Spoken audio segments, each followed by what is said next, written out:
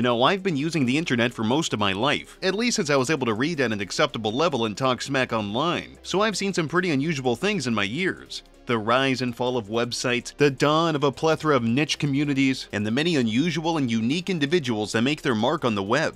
If you've watched any of my other videos, you know that I like it when people have interesting stories to tell, be they bizarre and peculiar or remarkably unremarkable. There's always something entertaining to be learned. The internet merely serves as a broad depository for the deeper thoughts of people. If something can be said or done in the real world, there's always going to be some kind of archive or minute trace of it online. Every topic is going to have a variety of people involved with different placements on the spectrum of the idea, if that makes sense. For example, a strange subsection of humans seem to find clowns to be fascinating. This can range from cackling at family-friendly clowns who say and do goofy things to make you laugh, or to finding them to be terrifying due to their off-putting nature. Hell, some people think they're kinda hot. During my travels of the information superhighway, I've stumbled upon a few clowns that really stood out for different reasons. I've selected a handful of remarkable clowns that can be found on YouTube. Each one stands out on their own, featuring their own quirks and character traits. They look distinct from each other, they act differently, but they are all placed at different points on the spectrum of the greater clown community.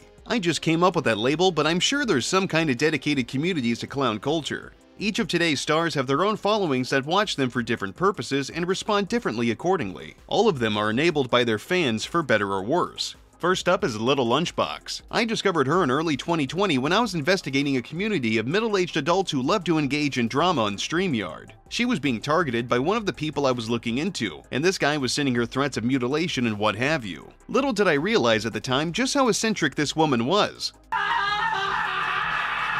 Little Lunchbox has been creating YouTube videos since at least early 2017. Her channel started off innocent enough, operating as an archive for her small projects and vlogs with friends. All things considered, it was pretty inoffensive. When she was younger, Lunchbox struggled with her identity. She felt as though she was living a life that wasn't suited for her. She often chose to dress out of the norm, with goth and alternative influences shining through. A unique identity that she alone created, despite the friction it caused with her friends and family. She moved to Sweden years ago to pursue love and likely some form of education. However, I believe the former was much more important to her than the latter. Lunchbox was just going to throw her life away for the affection of a man that lived on the other side of the globe. Regardless if the love was genuine or not, making life-altering decisions like that on a whim with seemingly no safety net to back you up is always a recipe for disaster. Her fashion became heavily influenced by the circus. She started putting on crudely drawn clown makeup, brightly colored and often mismatched outfits, with an overall presentation that was nearly impossible to avoid. Even funny wigs were shown off to boot.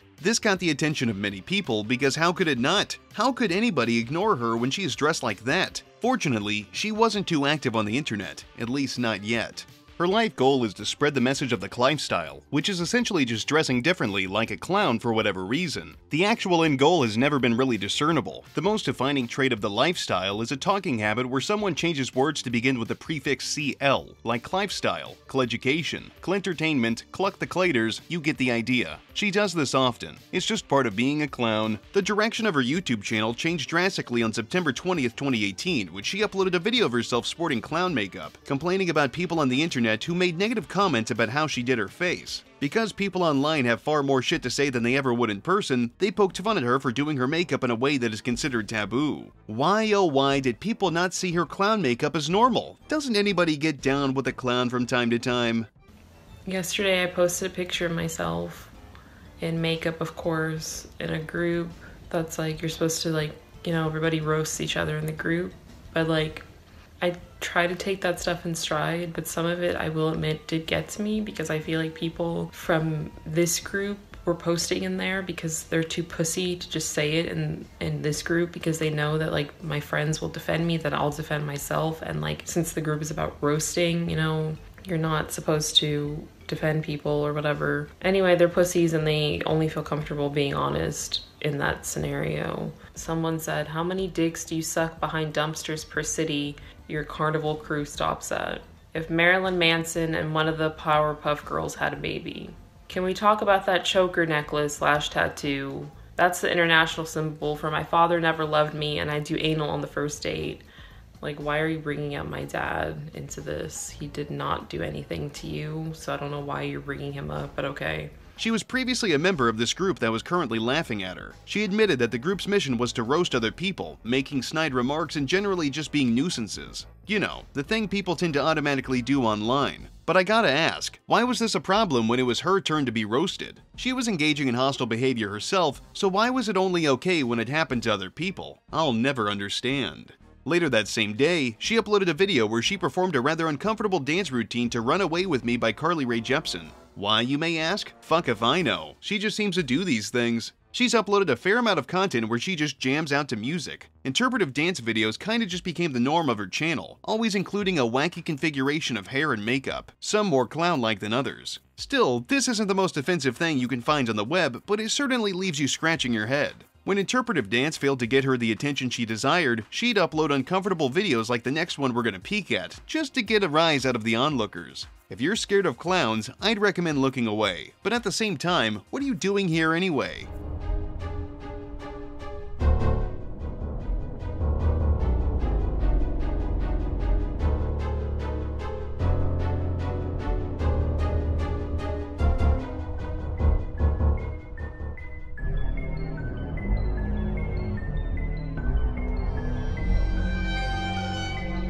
Her channel would follow this theme for a short while before the first real saga of her story began. She was going through a tough breakup with her husband, the one she had moved across the planet to be with. It's always a shame when matrimony hits the rocks, leaving only a bad taste in the mouths of all involved. And of course, thankfully for our entertainment, she recorded and uploaded everything. And I mean everything. Tons of fights and arguments. There's plenty here to go around. Their private matter just had to become a very public one. This story is a little tricky to follow, and it's honestly kinda just your typical melodramatic nasty breakup, not really fun or engaging, but fascinating to watch unfold. Her videos on the subject were uploaded out of order, making it ever so much more difficult to piece together their story. I don't really want to spend an entire video breaking down her personal drama because we've got other people to talk about, but let's quickly go over some key points of her story, shall we? On the 24th of October 2018, she shared a video with the latest developments of her collapsing relationship. In this video, she confronted her ex-man in an elevator, demanding to know why he was doing whatever it was that he was doing. How dare he leave a relationship that he's not happy in? This time, the former lover was carrying a box of his personal belongings, heading to a new abode to sleep in. I don't believe another striped-top circus was his planned destination. The guy, Robin, just wanted her to stop recording and let him get the hell out of there. I don't think it's an unreasonable request to be able to maintain personal space when a clown corners you. Her issue is that he was ignoring her for several days, and despite keeping his distance, he still wanted to see their cat. He was hoping to reach some of agreement or arrangement to have it visit him for a bit or to take custody of it entirely. This wasn't going to work for Lunchbox because she was a long way from home and she was desperately clutching onto whatever she could. There's no winning in this kind of battle. Can we please be adults? Can you please leave the elevator? No, can we please be adults? Leave the elevator. Well, now you're trapped and you have to listen to me. Maybe this wasn't very smart of you to get a fucking elevator if you don't want to talk to me. I feel like you subconsciously do want to talk to me because of this. You not speaking to me for several days was disrespectful. You want to see the cat, so we're gonna have to discuss that. Can you put these papers away? Are you going to talk to me for once? Go. Are you gonna talk to me? I gotta go. Are you gonna talk to me? Are you gonna listen to me? Are you gonna listen to me? I will push you if I have to. Can I fucking talk? Oh really, you're gonna assault me?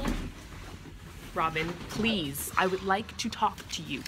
Robin, I would like to talk to you. She kept grabbing him, demanding he stay and talk to her, not allowing him the right to leave amicably. In the end, he managed to escape on this day, leaving with the mysterious woman in his vehicle's passenger seat. Lunchbox told the woman about a girl named Cassidy who he was allegedly talking to on the side, but the girl didn't seem too upset by this. Even if Lunchbox was telling the truth, her erratic behavior wasn't helping any of her arguments. Filming you, I am showing people that you're not fucking listening to me.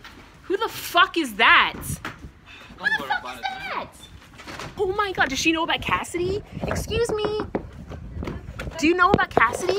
Has he told you that he's talking to some bitch online named Cassidy? Cassidy. It's not named Cassidy. Has she told? I can't believe you. She doesn't fucking even know. She doesn't know. You ruined too many lives already. What the fuck? Are you okay with this? Are you okay with that he's talking to random girls online? Do you know?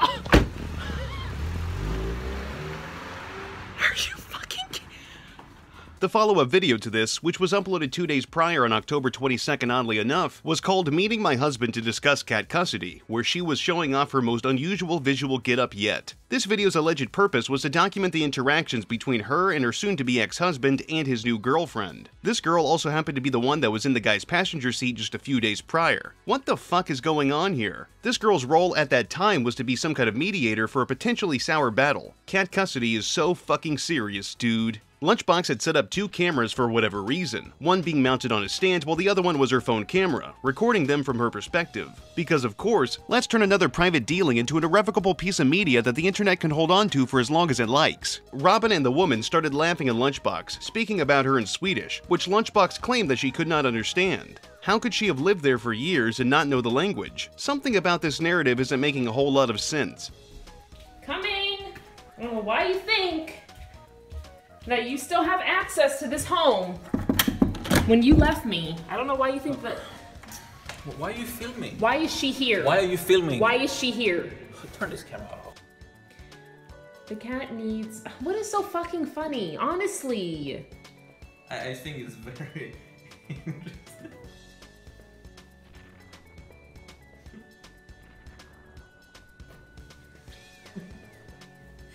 Okay.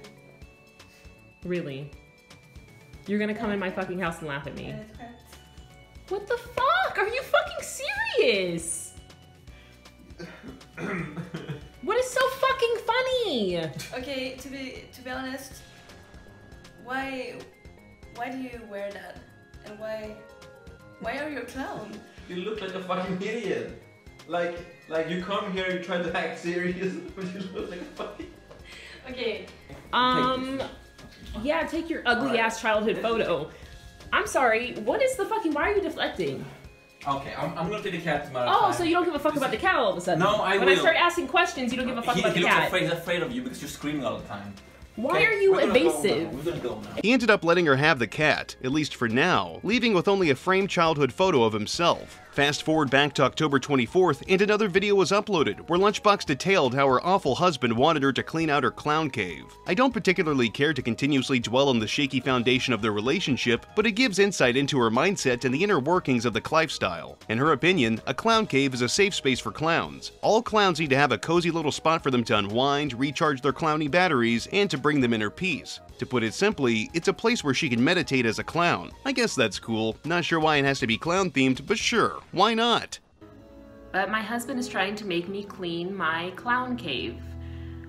As I have expressed already, a clown's cave is an extremely personal and spiritual place in their home. I find it completely disrespectful that he would try to get me to clean up my clown cave when he has a ridiculous 3,000 plus comic book collection. That takes up a lot of space. I'm not a huge fan of it. I've expressed to him that he should get rid of some of them. I mean, he's a grown-ass man, and it's taking up space in our home. He insists that they are worth something, you know, monetary value, so that means that, you know, it's fine. It's fine for him to have his hobbies and his pleasures take up the majority of our household because they might be worth a couple $1,000s someday. But my clown cave, which is worth more, I mean, it's priceless. It's the place where I go to rejuvenate, to meditate, to just be myself. It's where all of my best ideas are spawned. The clown cave is sacred. I said that I was going to talk about the clown lifestyle. Well, that is one very important aspect of it. Every clown must have their cave. Moving along, she would later start to put out more freeform content that didn't seem to follow any particular ongoing events, such as when she'd approach random people in public spaces like malls or stores and educate them about the lifestyle. People would tend to be pretty unreceptive to her message, being creeped out or unnerved at best. Educated about the lifestyle? About what? The lifestyle. What's that? The clown lifestyle. No. You should research it. Okay. Nothing wrong with it. I like your eyes. Thank you. Is that a part of the makeup, or are they real? Oh, my eye color? Yeah. Oh, those are just my eyes. Okay. But the makeup, or as I call it, clay-up, is all part of the lifestyle. Okay. And nothing wrong with it. How long you been into that? Since about September or so. Nothing wrong with it. Well, good luck on your journey. Thank you. Look up Lil Lunchbox. And what's your name? Lil Lunchbox. Lil Lunchbox. My name is Mitchell. Nice to meet you. Nice to meet you. You guys have a good day. When introducing random people to her antics failed to provide the proper amount of engagement she was hoping for, she then got her parents involved in the internet clown charade. Because sure, we've poisoned relationships with friends and associates with this shtick, why not burn bridges with family too? She recorded herself in full clown attire, informing her parents that she was going to return to Sweden once more after having returned home just a year prior. Her mother, as expected, was annoyed with this news, and her father was left speechless. I am under the impression they were both very tired of her shit. Her problems just couldn't be hers. They had to affect everybody else. Her drama is like an inescapable mass with a hefty gravitational pull. What is wrong? I just want to have an intimate conversation in that outfit. I'm in the middle. I was about to get the video and he made a video with clown makeup on and everything. And he said, you know, I made some guidelines and he said he's going to follow them. And I just feel like, you know, people are too quick these days to just be like, oh, we just get a divorce. That's a big thing. So I feel like, why not just try again? And if he doesn't live up to the things, I will Then leave. what are you going to do? I will Where are you leave. going? I will figure it out. Right, because maybe you can go with your aunt, your grandma, somebody else. Because it's too much drama. We talked about that she said I can, if, you know, but I don't think that's going to happen. I mean, you never know. I'm prepared. I'm just letting you guys know. What in the world? Where did you even find this stuff? Because I'm a clown. We'll get you. Yes. Is that really that We'll extreme? get you to the airport. It's extreme. Don't worry about it.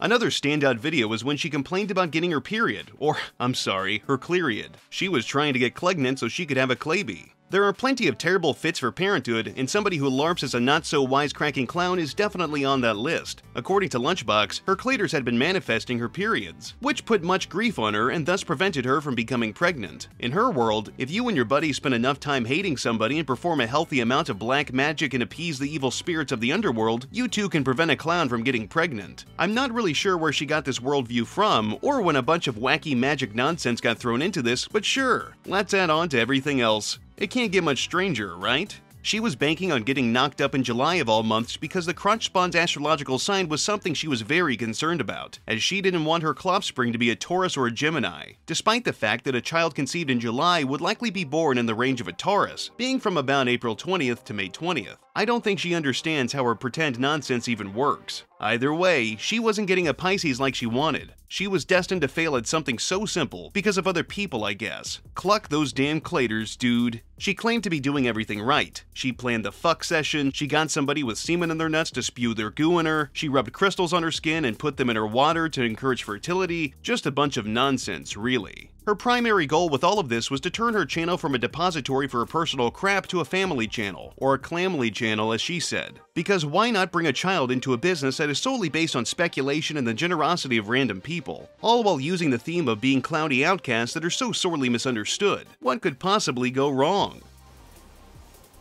I got my cleariod and I'm just like feeling as if people have been manifesting it into like the environment, into the Cluniverse for me to not have a Claby, and I feel like it's working because we were diligent, we did everything right, and it's like,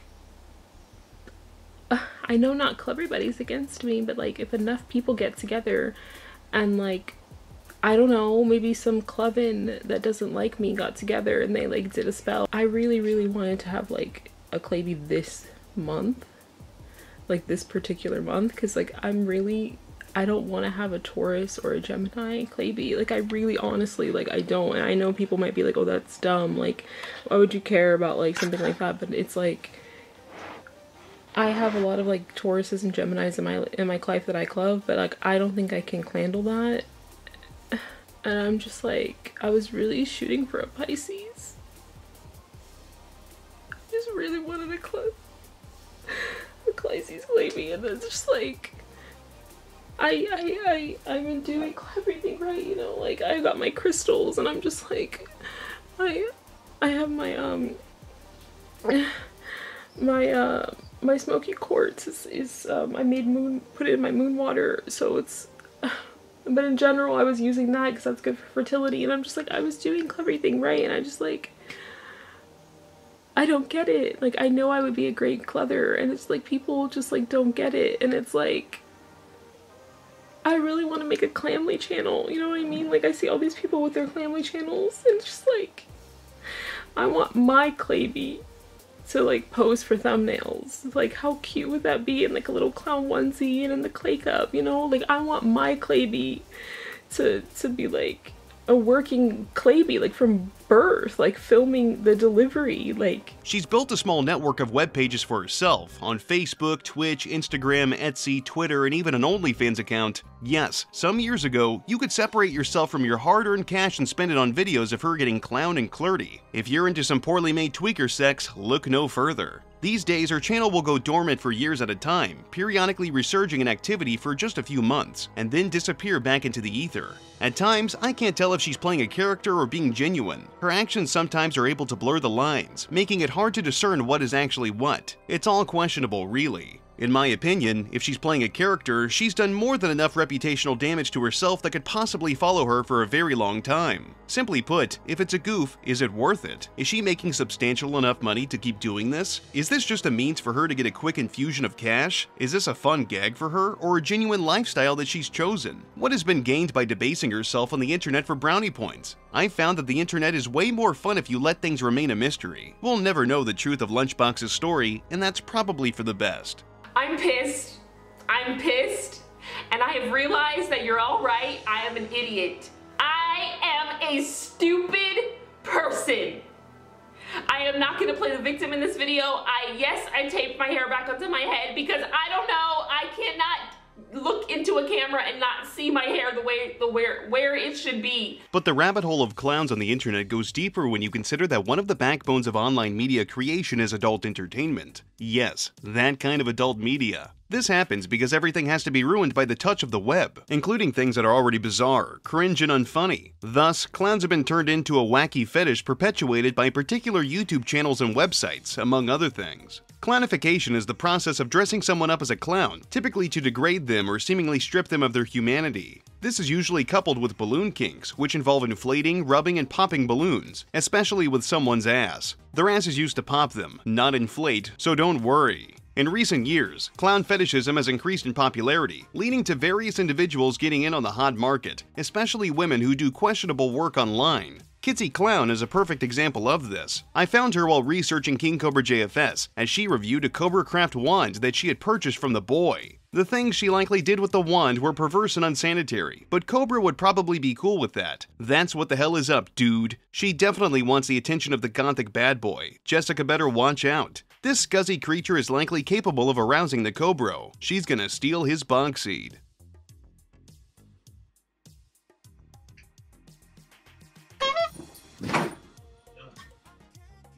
God damn it!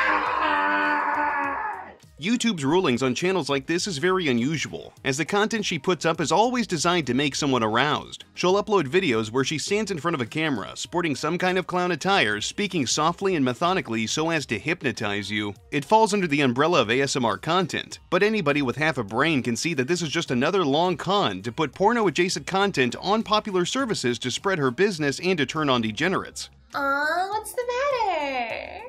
Is this your first time in a haunted house? Or are you just a little scaredy cat and you're afraid of everything? I know. I've watched you in line squirming, fidgeting. You look so nervous. The raunchier stuff is saved for her private services and clip stores. One of her most popular videos is titled Banana Sniffing Circus Addict. The description reads, "In order for you to be my perfect circus pet, you need to be empty-minded for me. You must destroy all those brain cells. You need to be dumb, submissive, and mind-fucked." I want you to sniff this enchanted banana and feel the power of the circus as it hits you straight in the brain. Inhale your own demise as I use sugary, fluffy clown magic to hijack your mind and mold you into my perfect submissive dummy slave. I won't judge you if you want to fool around with a clown girl. Well, at least not to your face, but you gotta admit this is pretty funny. Kitsy, of course, has dabbled in clownification, where she puts clown makeup on her friends, her lover, or the viewer. This is still coupled with a typical ASMR crap, but this is undeniably a horny thing. If being turned into a clown wasn't enough, she's done roleplay videos where she pretends to turn her boyfriend into a balloon animal. I just have to ask, what the hell happens in somebody's life to lead them to this kind of stuff? How does somebody have their awakening, realizing they want to bone Bozo?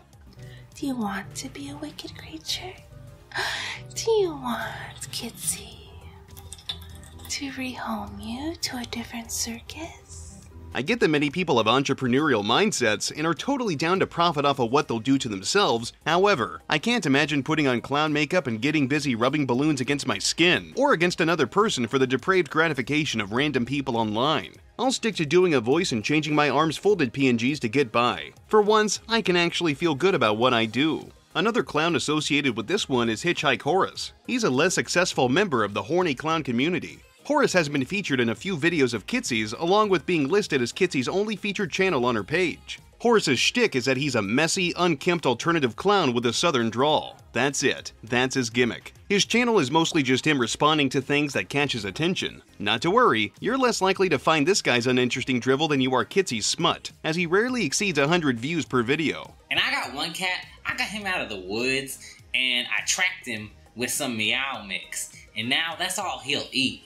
He don't eat nothing else. He don't even like treats. He don't like people food. Just Meow Mix. That's all he eats. Very annoying. What am I supposed to get him for Christmas? Because he don't play with no toys neither. Imagine doing all that work, clownifying yourself, only to get nothing for your effort. But, of course, he's strangely interested in bizarre things too, such as love dolls. The parallels between King Cobra JFS and these clown types are starting to pile up. It's too obvious to ignore, and it's kind of concerning. He's uploaded videos specifically reacting to reviews on love dolls. Why this guy feels he should poke fun at weirdos who clown silicone soul suckers while dressed up as a failed sideshow is beyond me. Most of his short-form content features him in a variety of costumes and outfits, all of them giving off this strangely sexual vibe. For example, he has a full-body cow outfit, and pajamas that appear to be eerily similar to something that a child would wear. Overall, these two are a peculiar pit stop of the information superhighway. They probably have a small dedicated following in their field, but is it worth it? I can't imagine too many people are jumping at the opportunity to crank their hog to people pretending to be clowns. But whatever. I mean, at the bare minimum, couldn't they at least be funny?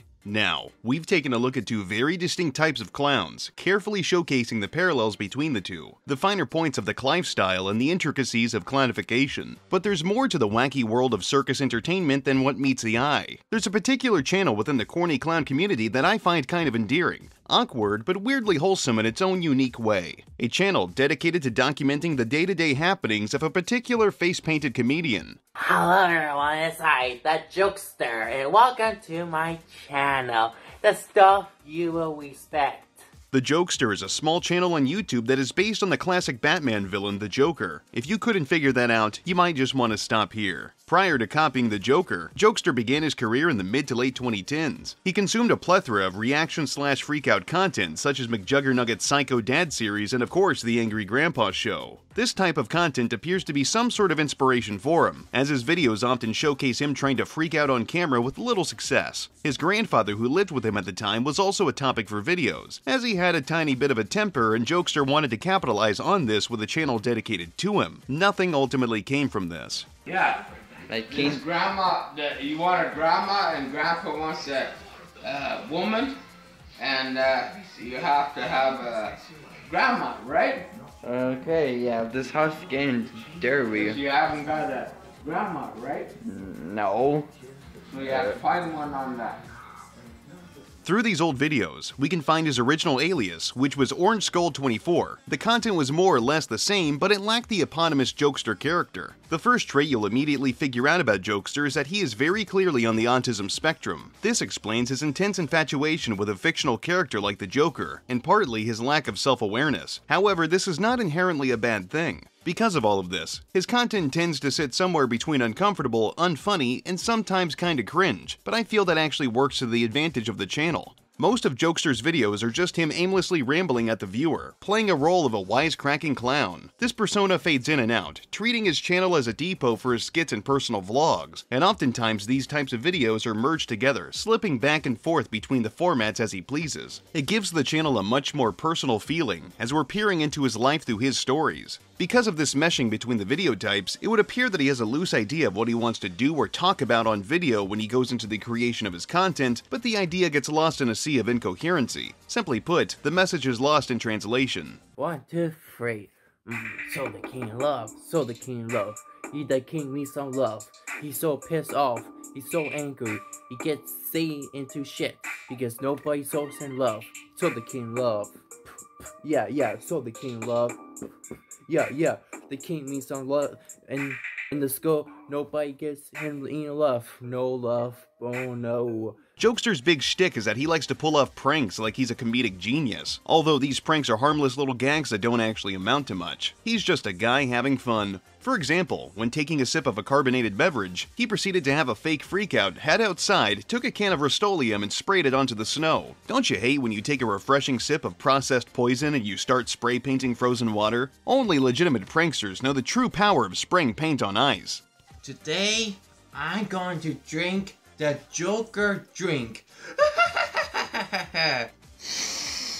Oh yeah, that smells good. Okay, 1, 2, 3.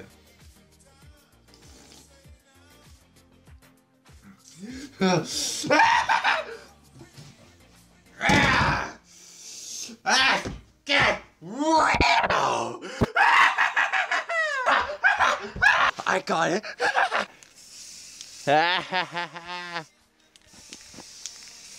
There we go. Let's do more of these. He's put on videos where he goes into a public space and does innocuous stuff, like ordering food at McDonald's. From my research, I was unable to find any footage of people reacting to him in real time, mainly because he opts to use ordering utilities like the touchscreen menu found in some McDonald's locations. To be fair, most of the people that have ever taken my order at Roland McDonald's have gotten them wrong, so I do trust the machine just a touch more than a person. Shame we've hit that point in society, but you know how it is. When he's at home alone, his go-to for content is, and hear me out here because this is peak video making, just laughing maniacally on camera. Nothing more, nothing less. It is somehow mildly entertaining to watch. His content just has this awkward but comfy vibe to it. Sometimes you just gotta appreciate the little things, you know? He was evicted from his place a few years back because he was just too noisy. I just can't imagine why his neighbors would hate hearing him haphazardly cackle for comedic effect. He was not too happy when he learned about this forthcoming life event for a variety of reasons. But his reasons for being agitated are special. For one, the grandfather that we mentioned earlier unfortunately passed away at this location some years prior, so Jokester felt a significant attachment to the property. However, the landlord doesn't share this pain and apparently just wanted the tenant out. From the landlord's perspective, he likely sees that old people just tend to die. They're actually pretty good at it. On the opposite side, from Jokester's point of view, this was disrespectful to a dead person. The tricky thing about this is that dead people are dead. They can't feel anything. They can't be harmed. They're gone. Disrespect a dead person. Yeah, that's disrespectful 101 right there. So fucking spoil everything up. Mind the hell much because I'm missing this house. Because I'm getting invested. My TV, my couch, like movie posters, artwork from somebody I got in Comic-Con.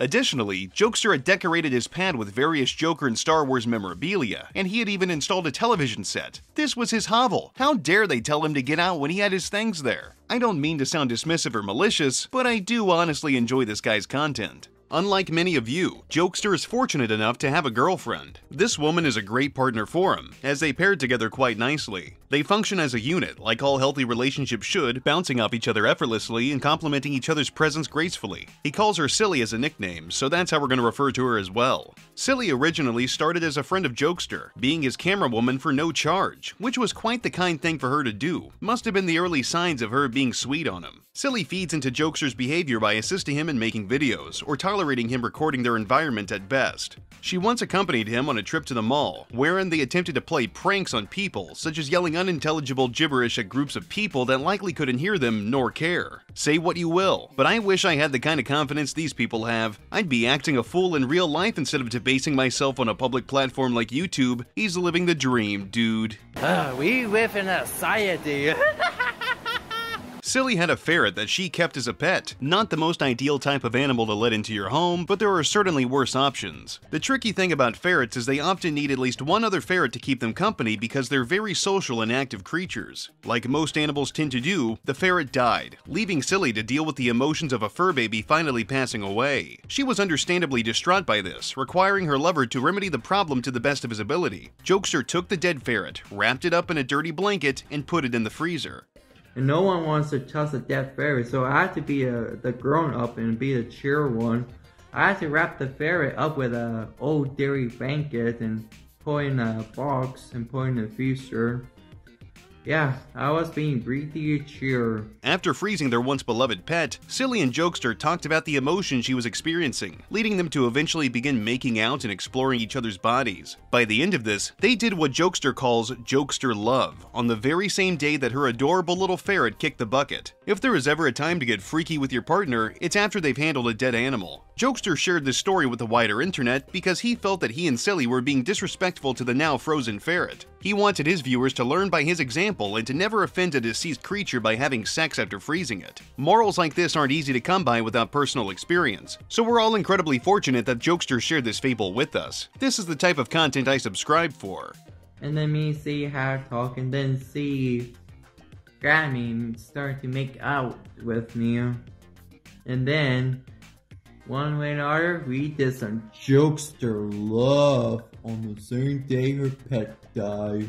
One time, Jokester asked Silly a personal question and she responded quite poorly. He made the intelligent move to ask her, a woman, why she wasn't eating a lot. I'm sure you're very familiar that most women don't like to be questioned about their eating habits, or worse, their weight. Barking up that tree tends to get you, let's say interesting responses. Just expect to be called an asshole by the end of the conversation. When he asked her why she wasn't eating a lot and why she hadn't eaten all week, she had a subsequent meltdown and tore apart their place. Silly busted a TV screen with a PS4 controller, ripped a staircase railing out of the drywall, threw down a picture frame, and nearly stepped on the piss-soaked puppy pad on the floor in their living room. Out of everything, the fact that the hand railing for the staircase wasn't properly mounted is what annoyed me the most. I mean, sure, she just stormed through the house like a bat out of hell, but who the fuck mounts a handrail right into drywall instead of affixing it to something sturdy like studs? Or was her all-caps rage so mighty and powerful that the railing didn't stand a chance? The world may never know. But all of this culminates into a fascinating oddity of a YouTube channel, and I fully intend to invest my money into their thriving business by any means necessary. Because of my willingness to invest, I looked into whether or not I could give Jokester a little money, and thankfully there are avenues to share some cash. For example, despite the meager size of his channel, Jokester set up a merch store with items that are of the highest quality. Some of my favorite items are, but are certainly not limited to, 2 mugs that feature his face but have differing prices, being $13.99 and $16.99 respectively. A $41 Jokester blanket, complete with a resized image that features a white border due to issues with aliasing. Various items featuring his dead grandfather, 2 of my most favorite being the Crazy Grandpa pint glass that costs $16.99 and the Crazy Grandpa slides that are on sale for the low price of $31. I just might have to grab a pair of those slides for myself. They are pretty snazzy.